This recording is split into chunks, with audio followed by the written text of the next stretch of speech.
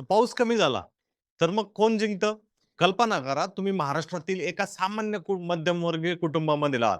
यावर्षी पाऊस जो आहे तो कमी होण्याची शक्यता जी आहे ती भारतीय हवामान खात्याने सांगितली आहे. पण जर पाऊस कमी झाला म्हणजे शेतात कमी पाणी येतंय आणि त्यामुळे उत्पन्नावरती जो आहे तो दबाव निर्माण होऊ शकतो आणि अशा वेळेस शेतकरी नक्की काय करेल? त्याला जे काही खरेदी करायची जसे की ट्रॅक्टर, बाईक हे सर्व पुढे ढकलेल.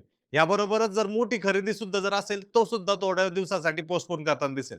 गावातील दुकानात जे ग्राहक जातात ते ₹100 ची खरेदी करण्याऐवजी फक्त ₹50 चा खर्च करतील. कारण एका बाजूला जो आहे तो दुष्काळाच्या स्थितीची निर्माण होण्याची शक्यता आहे.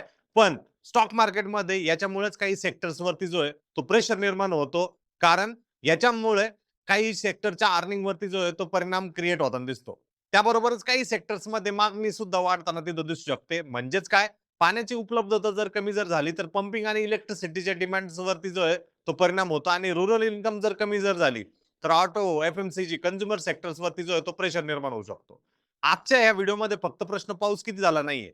तर खरा प्रश्न आहे पावसाच्या कॉर्पोरेट अर्निंगवरती काय परिणाम होतो? कारण 2002, 2009, 2014, 2018 अगदी 2026 या सगळ्या वर्षामध्ये मार्केटने नक्की आपल्याला काय शिकवलंय?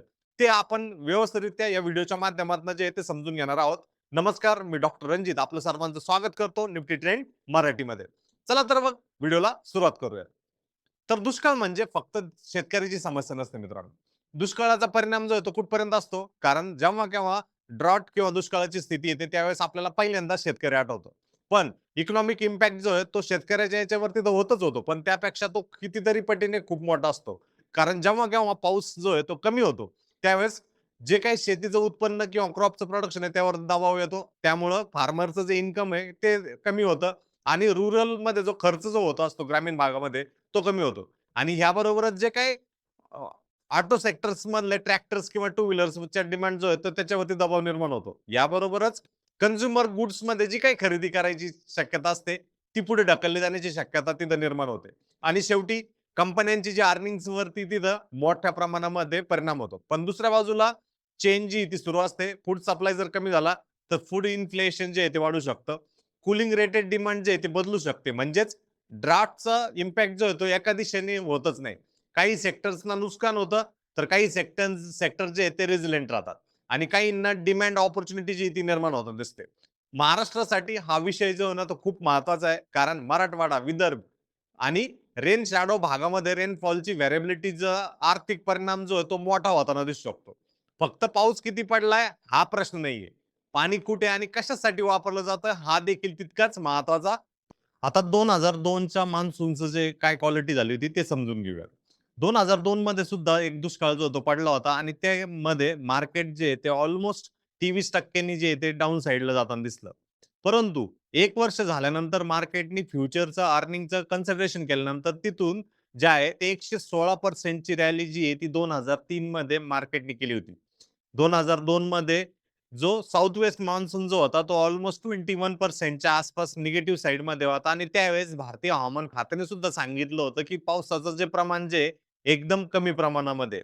परंतु मार्केटमध्ये एवढी स्थिती भयंकर असताना सुद्धा नंतरच्या रिकव्हरीमध्ये बँकिंग, ऑटोज आणि पॉवर्सनी जे आहे ते एक चांगल्या प्रकारचा आउट परफॉर्मन्स जो आहे, तो एप्रिल 2003 पासनं तर 2004च्या सुरुवातीपर्यंत आपल्याला तिथं देताना दिसला होता. हे मार्केटचं कोरिलेशन जे आहे ते 2002च्या दुष्काळाच्या स्थितीमध्ये सुद्धा इथं मार्केट आउट परफॉर्मन्स जे आहे ते करताना तिथं दिसलं होतं. याच्यावरून आपल्याला लक्षात काय येतं, की मार्केटमध्ये भलेही स्थिती थोडीशी गंभीर, भयंकर असेल, पण त्याच्यानंतर मार्केट जे आहे भविष्यामधील अर्निंगचं कन्सिडरेशन करून त्यानुसार मार्केट तिथं स्पेसिफिक सेक्टर्सला, स्पेसिफिक स्टॉकला जे आहे ते रिवॉर्डिंग करताना तिथे दिसतं. म्हणून आता येणारी स्थिती भारतीय हवामान खात्याने पण भलेही तिथं थोडीशी काळजी सांगितली असेल, परंतु येणाऱ्या काळामध्ये मार्केटचे मेजर पार्टिसिपंट्स कशा पद्धतीने रिएक्ट करतात त्याला सुद्धा बघणं तितकंच महत्त्वाचं ठरतं. मार्केटला जो आहे तो फक्त पाऊस दिसत नाही. मार्केटला 3 ते 4 गोष्टी ज्या आहेत त्या दिसतात. ते म्हणजे इंटरेस्ट सायकल तिथं नक्की कुठलं चाललंय. दुसरं म्हणजे अर्निंगचा आउटलुक काय आहे? मॅनेजमेंट किती कॉन्फिडंट जो आहे त्याच्यामध्ये आहे याकडे त्यांचं जास्त लक्ष असतं आणि चौथं म्हणजे ओव्हरऑल सेंटिमेंट्स इकॉनॉमीचे काय आहे? कुठला सेक्टर जे आहे ते आउट परफॉर्म करू शकतं. फक्त आणि फक्त पावसाच्या स्थितीवरती आपण जर सर्व काही कन्सिडर करत आहोत, तर त्याच्यामध्ये आपल्याकडनं ओव्हरऑल सिनारिओचा असेसमेंटमध्ये जे आहे त्या काही चुका ज्या आहेत त्या होऊ शकतात. नक्कीच कमी पावसाचा परिणाम जो आहे तो आपल्या ग्रामीण भागातील इकॉनॉमीवरती तो होतच राहतो. पण त्याबरोबरच एक ओव्हरऑल डायरेक्शनलचं सेंटिमेंटल एनालिसिस सुद्धा आपल्याकडे असणं तेवढंच महत्त्वाचं राहतं. यामध्ये काही कॉन्ट्रा कंडिशन सुद्धा आहेत. जसं की 2009 मध्ये सर्वात मोठा दुष्काळ पडण्याची स्थिती निर्माण झाली होती. तरी सुद्धा मार्केटमध्ये एक स्ट्रॉंगर रॅली जी ती जनरेट होताना दिसली. आता हा एक सर्वात मोठा शॉकिंग एक्झाम्पल आहे. कारण भारतामध्ये त्यावेळेस सिव्हिअर मान्सून फेल्युअर होतं. जिथं साउथ वेस्ट मान्सूनचं डिपार्चर जे आहे ते -21% च्या आसपास होतं. पण स्टॉक मार्केटमध्ये सेन्सेक्स जवळपास 76% वाढला आणि सेक्टर परफॉर्मन्स तर आणखीन इंटरेस्टिंग होतं. त्यामध्ये मेटल्सनी 233% ची रॅली केली होती. ऑटोजनी 204%, आय-टीने 132%, गुड्स कॅपिटल जे आहे ते जवळ-जवळ 104%, कन्झ्युमर ड्युरेबल्स 97.8% च्या आसपास वाढले होते. बँकिंग 83%, पॉवर 74%, फार्मा हेल्थकेअर जे आहे ते जवळपास 70% च्या आसपास होतं. म्हणजे काय? बिगिनर आता इथं म्हणेल, मग दुष्काळ असताना स्टॉक घ्यायचे का नाही? हीच सर्वात मोठी चूक असते. कारण 2009 ची स्टोरी फक्त मान्सूनची नव्हती. त्यामागची अगोदरची पार्श्वभूमी जी होती ती ग्लोबल फायनान्शियल क्रायसिस नंतरची रिकव्हरीची होती. कारण त्याच्यामध्ये लिक्विडिटी, इकॉनॉमिक रिकव्हरी आणि इन्व्हेस्टमेंट ड्रायव्हर सुद्धा जे आहेत ते सगळ्यात महत्त्वाचे होते. आणि त्यामध्ये इन्व्हेस्टरचे सेंटिमेंट जे आहेत ते सगळ्यात महत्त्वाचा मेन ड्रायव्हर तिथं होता. कारण 2009 नंतर आपल्याला एक महत्त्वाचा लेसन जो येतो फक्त हिस्टॉरिकल रिटर्न्सला नका पाहू, त्याबरोबर पाठीमागचा कॉन्टेक्स्ट सुद्धा अलाइन जर तुम्ही केला, तर तिथनं आपल्याला एक चांगली अंडरस्टँडिंग जी आहे ती मार्केटच्या आउटलुकची तिथे येताना दिसते.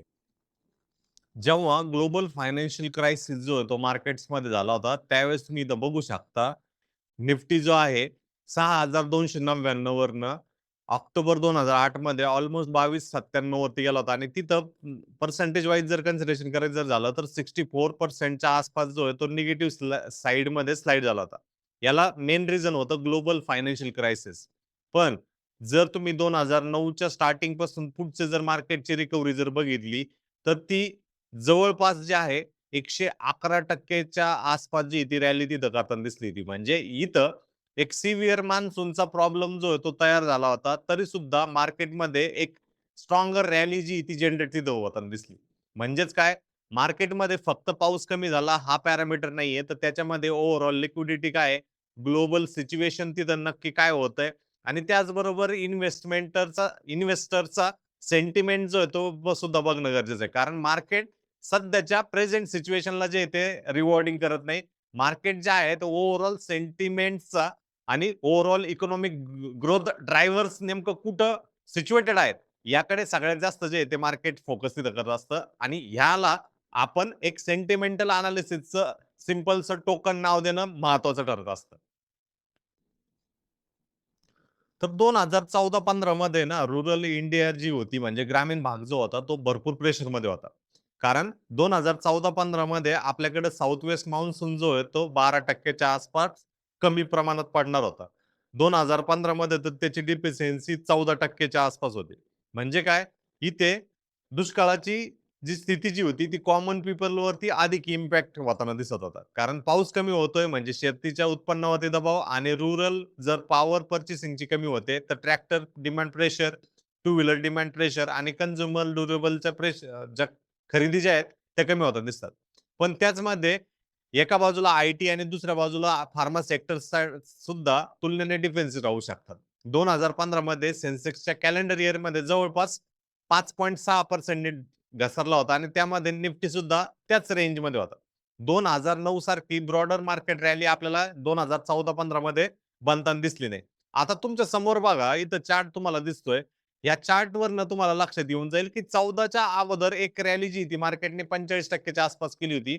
पण इथं ज्यावेळेस 15चं सिच्युएशन सन 2015चं सिच्युएशन ज्यावेळेस आलं, त्यावेळेस मार्केट जे आहे ते करेक्टेड फेजमध्ये तिथे गेलं. निफ्टीचा जो टॉप 9,108 रुपयांच्या आसपास होता. तिथून मार्केट करेक्ट होत होत 6,108 च्या आसपास गेला आणि ऑलमोस्ट इथं वजा 25% चा डाउनफॉल जो आहे तो होताना दिसला. आता याच्यामध्ये ही गोष्ट आहे, की आपला मान्सून जर इम्पॅक्टफुल जर करतोय, इम्पॅक्ट जर त्यावरती करतोय, तर त्याचा परिणाम जो होतो भरपूर आपल्या ओव्हरऑल मार्केटच्या सेंटिमेंटवरती होतो. कारण एका व्हर्टिकल ट्रॅजेक्टरीजमध्ये मार्केट जे आहे ते जात नसतं. त्याच्या बरोबरच बाकीचे सुद्धा गोष्टी ज्या आहेत त्या त्याला प्रेशराईज करू शकतात. म्हणून 2009 मध्ये जशा पद्धतीची रॅली आपल्याला मार्केटमध्ये दिसली होती, तशा पद्धतीची रॅली जी ती 2014-15 मध्ये ब्रॉडर मार्केट रॅली जी ती जनरेट होताना तिथे दिसली नाही. त्याच्या पाठीमागचं कारण असं असतं, की इकॉनॉमिक ग्रोथ ओव्हरऑल काय ड्रायव्हर्स जे ते रिप्रेझेंट करतात, त्यानुसार तिथं परिणाम जो आहे तो आपल्याला होताना तिथे दिसतो. आता इथं बघा 2018 मध्ये सुद्धा साउथ वेस्ट मान्सून जो आहे तो जवळपास 9% च्या आसपास कमी प्रमाणात होता. पण इथे एक महत्त्वाचं करेक्शन आहे, जे की 2018 किंवा 2002 किंवा 2009 सारखं ऑल सिव्हिअर ड्राफ्ट नव्हता. कारण मार्केटमध्ये पिक्चर जे आहे ते सिंपल नव्हतं. आय-टी, एफ-एम-सी-जी जे आहे ते मजबूत होतं. पण ऑटो, मेटल्स, रिअल सेक्टर्समध्ये जे आहे ते कमजोरी दिसली. म्हणजे इथं दुष्काळ हा एक फॅक्टर असू शकतो, पण तो एकमेव कारण नव्हता. कारण इन्व्हेस्टिंग मधला एक गोल्डन रूल इथे लक्षात ठेवा. कोरिलेशन म्हणजे कॉझेशन कोरिलेशन म्हणजे कॉझेशन नाहीये. त्याच्यामध्ये 2 गोष्टी एका वेळी जर घडल्या असतील, म्हणून एकामुळे दुसरी झाली असं समजणं जे आहे ते धोकादायक असतं. आता 2018चं जर करेक्शन बघितलं, तर तुम्हाला लक्षात येईल ऑलमोस्ट निफ्टी जो आहे टॉप 11,800 पासून मार्केट 9,978 च्या आसपास आलं आणि तिथनंच मग एक रिकव्हरी जी ती आपल्याला मार्केटमध्ये तिथं होताना दिसली आणि ती रिकव्हरी अगेन जो काही फॉल जो झाला होता, त्या फॉलच्या कंपॅरेटिव्हली 21% च्या आसपास होताना दिसलं. म्हणजे मार्केट जर 14% करेक्ट होतंय, त्यानंतर आपल्याला 21% च्या आसपास जी ती मार्केट रॅली सुद्धा पुढील 1 ते 2 वर्षामध्ये तिथं तयार करताना, जनरेट करताना तिथे दिसतं. म्हणून मार्केटचं टेक्स्चर सुद्धा अशाच पद्धतीने राहतं. हे पण लक्षात ठेवण्यासारखं आहे आणि त्याबरोबरच फक्त आपला एनालिसिस, आपलं इन्व्हेस्टिंग स्टाईल ही एका आणि एकाच जर पॅरामीटरवरती जर असेल, तर त्याचा आपल्या ओव्हरऑल रिटर्न्सवरती किंवा परताव्यावरती जो आहे तो परिणाम होता. नेमकं परीक्षा कशी होऊ शकते ते बघूयात. कारण चौ कारण 24 ऑगस्ट 2026 पर्यंतच्या उपलब्ध आकडेवारीनुसार भारतामध्ये साउथ वेस्ट मान्सूनचा जी कमतरता जी आहे ती ऑलमोस्ट 13% च्या आसपास आहे. पण इथे सावध राहा. मान्सूनचा सीझन जो आहे तो अजूनपर्यंत पूर्ण झालेला नसल्यामुळं आत्ताच पूर्ण वर्षाचं कन्क्लुजन काढणं योग्य राहणार नाहीये. आता इन्व्हेस्टरने फक्त रेनफॉल पर्सेंटेज जो आहे तो बघणं सगळ्यात महत्वाचं नाहीये. याच्यामध्ये 5 गोष्टी ज्या आहेत त्या ट्रॅक करणं गरजेचं आहे. एक म्हणजे रेनफॉल पाऊस किती कमी होतोय. दुसरं म्हणजे डिस्ट्रिब्युशन कुठल्या राज्यात आणि कुठल्या भागात कमी होतोय. तिसरं म्हणजे रिझर्व्हायर्समध्ये पाणी साठा किती आहे. चौथं म्हणजे क्रॉप प्रोडक्शन वरती त्याचा काय परिणाम होतो आणि 5वं म्हणजे रुरल इन्कम वरती रुरल इकॉनॉमीचा पर्चेसिंग पॉवर जो आहे तो काय सांगतोय. मग कंपन्यांची अर्निंग आणि कंपन्यांचं व्हॅल्युएशन हीच खरी गेम तिथं राहणार आहे. त्यामुळं जेव्हा केव्हा तुम्ही 2026 मध्ये ह्या गोष्टींना व्यवस्थितरित्या बघताल, ऑटोमॅटिकली तुम्हाला त्यापासून सेक्टर वॉच लिस्ट जी ती जनरेट होताना दिसेल. तर सेक्टर लेव्हल फ्रेमवर्क जर आपल्याला बघायचं असेल, तर ॲग्रीकल्चर रिलेटेड बिझनेसेस जे आहेत, ॲग्री इनपुट्स, ऑटो, रुरल एफ-एम-सी-जी आणि काही रुरल फायनान्स कंपन्या ज्या आहेत, त्या बघणं महत्त्वाचं ठरणार आहे. कारण त्यांचा डायरेक्टली कनेक्शन जे आहे ते रुरल इकॉनॉमी बरोबर आहे. पण दुसऱ्या बाजूला काही सेक्टर्समध्ये रेझिलियन्स किंवा डिमांड अपॉर्च्युनिटी ज्या आहेत, त्या वेळोवेळी निर्माण होत असतात. त्याच्यात प्रामुख्याने पॉवर, फार्मा, आय-टी, कूलिंग आणि इलेक्ट्रिकल्स हे महत्त्वाचं राहतं. पण एक महत्त्वाची गोष्ट लक्षात ठेवा. सेक्टर चांगला जरी असला, तरी स्टॉक जो आहे तो महागडा असू शकतो. त्याच्यामुळे त्याचा प्राइस टू अर्निंग म्हणजेच पी रेशो तो बघणं गरजेचं आहे. स्टॉक स्वस्त दिसत असला तर बिझनेस जो आहे तो खराब असू शकतो. म्हणून इन्व्हेस्टर म्हणून आपला क्रम जो आहे तो सेक्टर्स, अर्निंग आणि व्हॅल्युएशन जो आहे तो ठेवणं सगळ्यात महत्त्वाचं राहतं. नाहीतर काय होतं, आपण घेतो एकदम हाय पीला आणि तिथनंच आपल्याला अडकण्याचे चान्सेस जे आहे ते होताना दिसू शकतात. जेव्हा-केव्हा हा सर्व ड्राफ्टचा म्हणजे हा ओव्हरऑल दुष्काळाची स्थिती निर्माण तिथं होते. त्यावेळेस एक स्टेप लक्षात राहून द्या. रेनफॉल किती कमी होतोय ते चेक करा. डिस्ट्रिब्युशन कुठं कमी आहे ते बघा. तिसरं धरणांमध्ये किती पाणी साठा तयार आहे ते बघा. क्रॉपच्या उत्पन्नावरती म्हणजे पिकाच्या उत्पन्नावरती काही परिणाम झालाय का ते चेक करा. शेतकरी आणि रुरल वर्करची पर्चेसिंग पॉवर काय आहे ते बघा. आणि कन्झम्पशन सेक्टर्समध्ये जसं की एफ-एम-सी-जी, ऑटोमोबाईल आणि कन्झ्युमर डिमांड काय सांगत आहे ते बघा. याबरोबरच हे जे वरील सांगितलेले जे सेक्टर मधल्या कंपन्या ज्या आहेत त्यांच्या रिझल्ट्स वरती काय इम्पॅक्ट झालाय तो बघा. आणि सरळ शेवटी व्हॅल्युएशन कारण मार्केटमध्ये इम्पॅक्ट आधीच प्राइसिंग झालेला आहे का? ही सर्वात महत्त्वाची गोष्ट तिथं असू शकते. कारण मार्केट जे आहे ते फ्युचर प्राइसला बघतं ते जवळच्या प्राइसला तिथं बघत नसतं. जेव्हा केव्हा स्टॉक मार्केट तुम्हाला सुरू करायचं असेल, तर फक्त स्टॉक मार्केटमध्ये तुम्ही डीमॅट खोललं किंवा ट्रेडिंग चालू केली म्हणजे सर्व नाहीये. एक गोष्ट लक्षात ठेवा, पहिलं काम जे आहे ते स्टॉक शोधणं नाहीये, तर पहिलं काम आहे फायनान्शियल एज्युकेशन घेणं. मार्केट कसं काम करतं, रिस्क नेमकं काय आहे, चार्जेस नक्की काय आहे, ट्रेडिंग आणि इन्व्हेस्टिंग मध्ये फरक काय आहे हे समजून घ्या. त्यानंतर रेग्युलेटेड एंटिटीज कडेच योग्य डीमॅट आणि ट्रेडिंग अकाउंट जो आहे तो उघडण्याचा विचार करा. सर्वात महत्वाचं, YouTube वरती कोणीतरी स्टॉक सांगितलाय म्हणून इन्व्हेस्टमेंट करू नका. स्वतःचा अभ्यास करा, रिस्क समजा आणि त्यानंतरच फायनान्शियल गोल्सनुसार तुमचा निर्णय घेणं सगळ्यात महत्वाचं आहे. तर हेडलाईन नाही तर चेन समजून घेणं गरजेचं आहे. 2002 मध्ये आपल्याला एक धडा शिकवतो. दुष्काळ म्हणजे मार्केट क्रॅश असं असं नाहीच. 2009 जो आहे तो दुसरा धडा शिकवतो. सिव्हिअर मान्सून फेल्युअर असून सुद्धा मार्केट रॅली करू शकतो हे दाखवलं. 2014 मध्ये आपल्याला कळलं की रुरल इकॉनॉमीची ताकद आणि कमजोरी नक्की काय. 2018चा दुष्काळ आपल्याला सांगतो की एकाच कारणामुळे जे आहे ते मार्केट हालत नाही. 2023 सांगतो की डिफिशियंट रेनफॉल म्हणजेच निम्मी सिव्हिअरिटी ड्राफ्ट किंवा दुष्काळ नसतो. आणि आता 2026 मध्ये पुन्हा एकदा एकच गोष्ट शिकवत आहे. हेडलाईन बघू नका. ओव्हरऑल जी ती चेन समजून घ्या. रेनफॉल, त्याच्याबरोबर रुरल इन्कम, तिसरं म्हणजे कन्झम्पशन, पाचवं म्हणजे इन्फ्लेशन, इंटरेस्ट रेट आणि कॉर्पोरेट अर्निंग्स आणि त्याबरोबर व्हॅल्युएशन. ही जर चेन समजली तर तुम्ही फक्त दुष्काळच नाही, अनेक मॅक्रो इकॉनॉमिक इव्हेंटच्या स्टॉक मार्केटशी जो तो तुम्ही समजू शकता आणि कदाचित हीच फायनान्शियल एज्युकेशन जी ती खरी टाकू शकते. म्हणून लॉजिक शिका, डाटा शिका. तुम्हाला जर स्टॉक मार्केट फक्त टिप्स मधून नाही तर लॉजिक आणि डाटा मधून शिकायचं असेल तर निफ्टी ट्रेंड्स मराठीला सबस्क्राईब करा. व्हिडिओ युजफुल वाटला असेल तर लाईक करा आणि हा व्हिडिओ अशा मित्राला शेअर करा जो स्टॉक मार्केटमध्ये इन्व्हेस्टमेंट करतोय पण इकॉनॉमी आणि मार्केट याचा संबंध अजून समजून त्याला आला नसेल.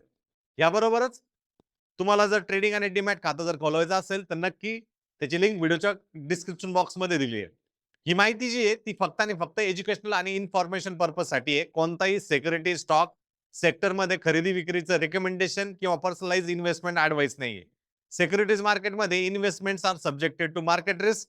गुंतवणूक करण्यापूर्वी स्वतःचा अभ्यास करा. आवश्यक असल्यास सेबी रजिस्टर्ड इन्व्हेस्टमेंट ॲडवायझर किंवा रिसर्च अनालिसिसचा सल्ला घ्या. हिस्टॉरिकल परफॉर्मन्स हा फ्युचर रिटर्नची हमी देत नाही. धन्यवाद.